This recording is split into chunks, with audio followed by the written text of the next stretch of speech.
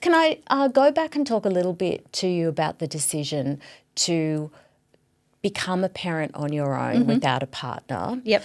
Is that what you would have foreseen when you were growing up? And the only reason I ask that is because I'm curious in all of us going through life and thinking we thought things were going to be maybe this way, and then we decide that there's another way for us, and then the liberation and joy and discovery that can come from that, being maybe at odds with what we envisioned when we were younger. Yeah, as a child, I think I always imagined, always wanted children having, and it's funny because when I think back, I don't think I ever thought about that other side of it. As a child, you're like, I want 4 children, I want them to be called this, and you've always got these ideas.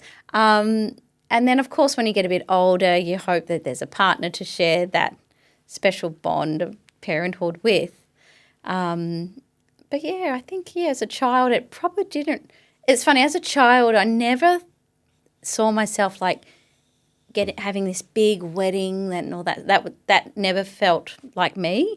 I always used to joke and say, I'm going to elope in Vegas or something like that. Would have been my sort of way. So, I guess...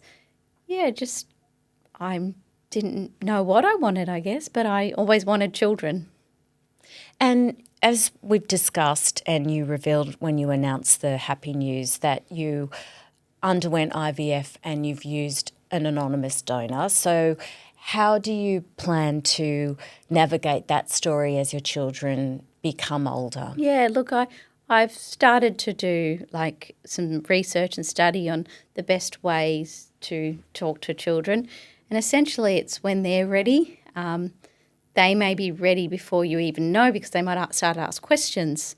So and I will, look into the best way to navigate that at the time. Some people have sent me some beautiful books, children's books explaining it, and I thought, that's really lovely. And I've read, I joined a few Facebook groups that people talk about that, how they've explained it. And it's really nice hearing from other women.